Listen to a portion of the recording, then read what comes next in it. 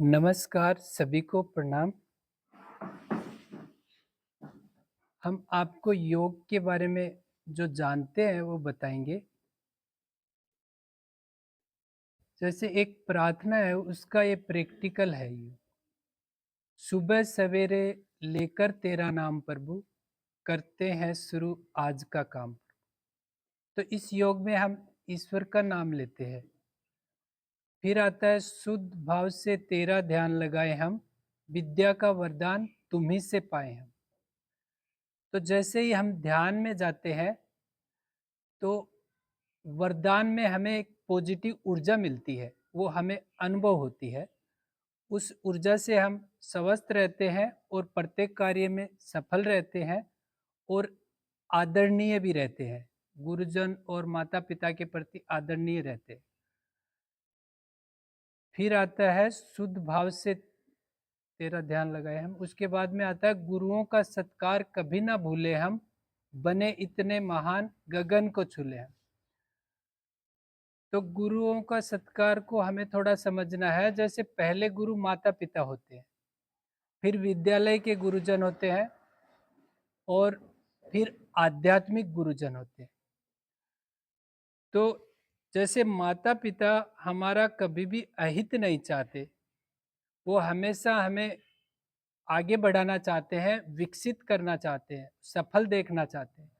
तो जो हमें विकसित करने का जो भाव है, जो इच्छा है, उसको गुरु कहा गया है। ऐसे ही विद्यालय के गुरुजन होते हैं, वो भी हमें स्वस्थ देखना चाहते हैं, आगे बढ़ाना चाहते हैं और विकसित करना चाहते हैं। तो ऐसे ही विद्यालय के गुरुजन होते हैं और ऐसे ही आध्यात्मिक गुरुजन होते हैं। यानी जो हमें हमारा हित चाहते हैं और हमें विकसित करना चाहते हैं, उस इच्छा को गुरु कहा गया है।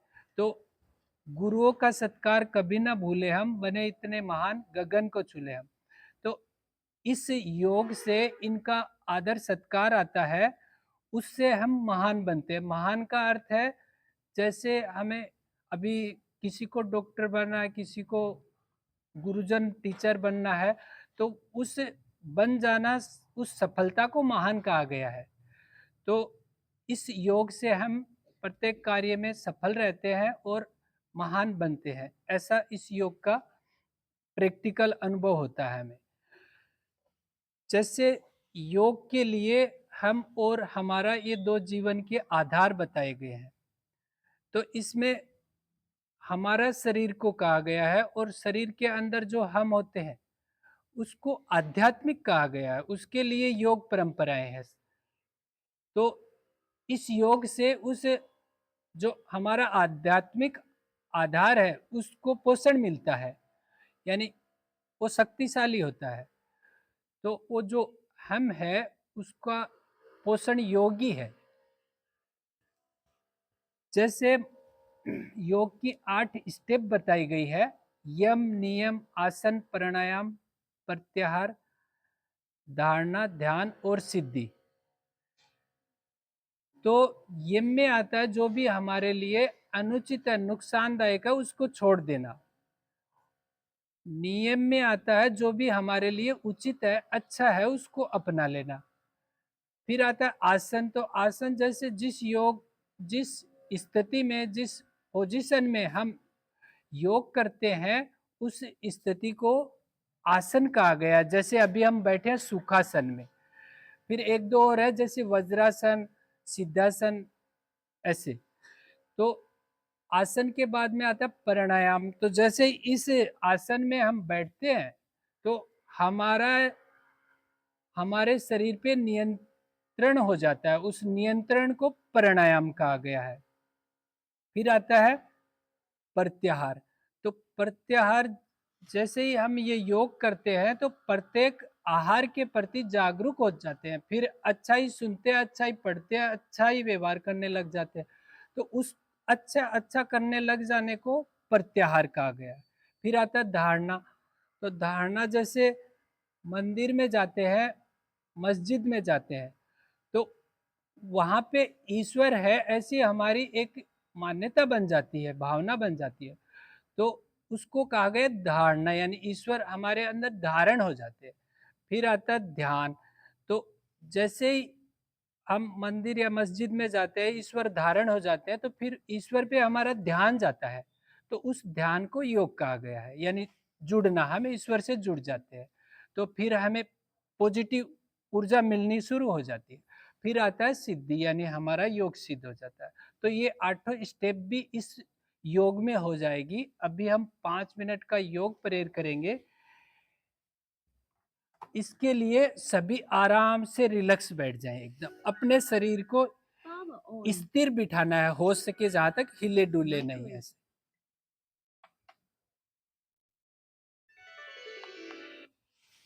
5 मिनट का ये योग करेंगे। इसमें कुछ भी नहीं करना है, शरीर को एकदम रिलैक्स बिठा देना है, और पूरा हो जाएगा तब मैं आपको नमस्कार बोलूंगा, तभी आंखें खोलना है, तब तक आंखें भी बंद रखना है। कुछ भी नहीं करना योग रहेगा, सिर्फ सुनेंगे, हम सिर्फ सुनेंगे और वो हमें अनुभव में आएगा।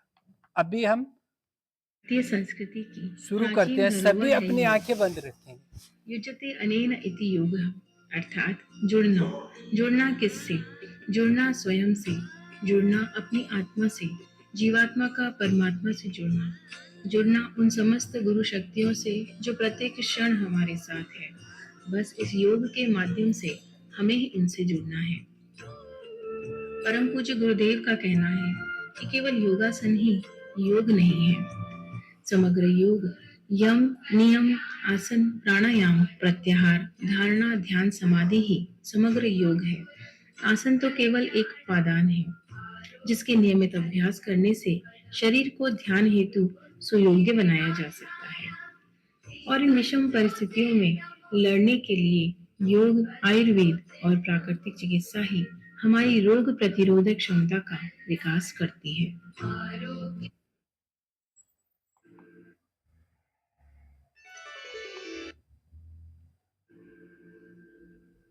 गुरुर्ब्रह्मा गुरुर्विष्णु गुरुर्देवो महेश्वरा गुरु साक्षात् परब्रह्म तस्मै श्री गुरुवे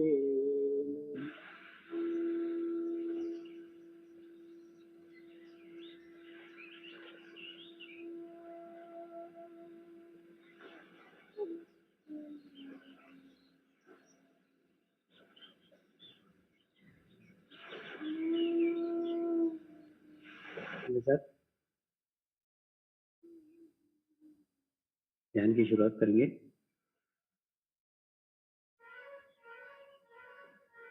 मैं एक पवित्र आत्मा हूँ। मैं एक शुद्ध आत्मा हूँ। मैं एक पवित्र आत्मा हूँ। मैं एक शुद्ध आत्मा हूँ। मैं एक पवित्र आत्मा हूँ। मैं एक शुद्ध आत्मा हूँ। तो अपने चित्त को चालू को रख के ध्यान दें।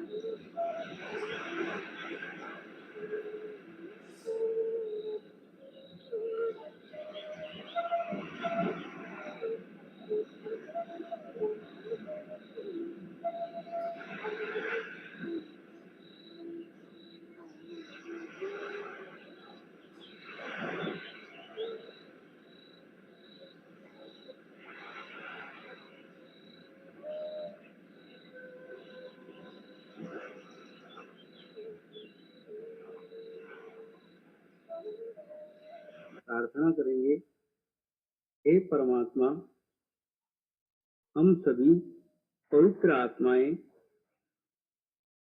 आपको हृदय से प्रार्थना करते हैं कि सारे विश्व में शांति हो, सारे विश्व के आत्माओं की आध्यात्मिक उन्नति हो एवं सर्वांगीण उन्नति हो। यही हम सब आत्माओं की शुद्ध इच्छा है। शांति पाठ करेंगे। ओम द्यो शांति अंतरिक्षगम शांति पृथ्वी शांति रापः शांति रौषधय शांति वनस्पतयः शांति विश्वे देवाः शांति ब्रह्म शांति सर्वगं शांति शांतिरेव शांति क्षमा शांतिरेधि। ओम शांति शांति शांति सर्वारिष्ट सुशांतिर्भवतु। नमस्कार करेंगे। नमस्कार, सभी को प्रणाम। आंखें खोल सकते। जिन्हें भी अच्छा लगा हो हाथ का इशारा करके बताए, गुरुजन हो चाहे कोई भी हो। धन्यवाद। नीचे कर लीजिए। जो अच्छा लगा है ना, इसी को पॉजिटिव ऊर्जा कहा गया है। इससे हम स्वस्थ रहते हैं, प्रत्येक कार्य में सफल रहते हैं और प्रत्येक व्यक्ति के प्रति आदरणीय रहते हैं। और ये अभी हमारे समाज की आवश्यकता जानकर और जो हमारे भारतीय ऋषियों ने इसको पहुंचाया है, योग, कि हम स्वस्थ रहे और सभी कार्यों में सफल रहे। अभी ये समय पे तनाव ये बहुत ज़्यादा बढ़ गया है, तो इससे तनाव नहीं होता है और तनाव नहीं रहता तो हम प्रत्येक कार्य में सफल रहते हैं। ऐसा इस योग का अनुभव होगा। और हमारे आसपास में 125 विद्यालयों में बताया, सभी गुरुजनों ने इसको बहुत अच्छा कहा है और इसको अभी नियमित करना होता है। और स्कूलों में अभी ये सक्सेस है, क्योंकि सामूहिकता और नियमितता इसकी दो पहलू है, ये दोनों जरूरी है। और आप सभी को बहुत बहुत धन्यवाद, मेरे को बताने का अवसर मिला। और गुरुजी के माध्यम से ये योग आया है। जो विद्यालय के जो प्रधान गुरुजी होते हैं, उनको आध्यात्मिक भाषा में राजा कहा गया है। विद्यालय के राजा वही है, तो राजा के माध्यम से आया है। तो एक बार हम सभी उनको तालियों के माध्यम से धन्यवाद दें दिल से।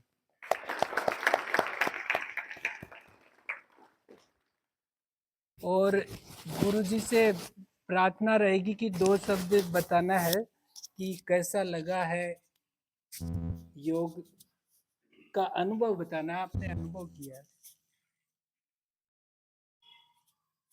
आज माइक है।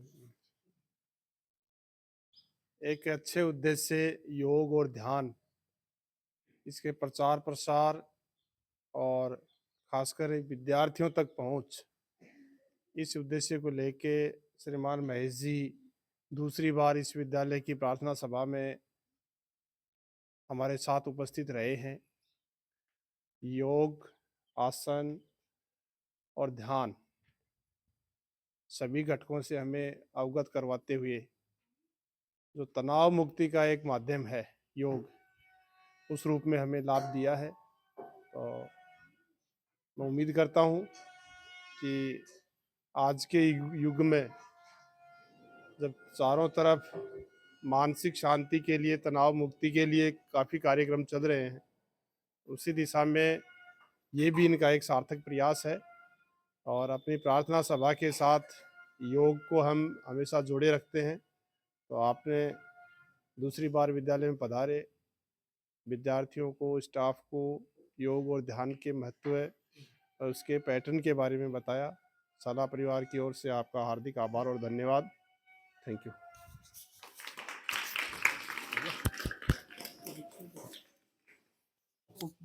भेंट करनी है ना संस्था की तरफ से। कट कर दो।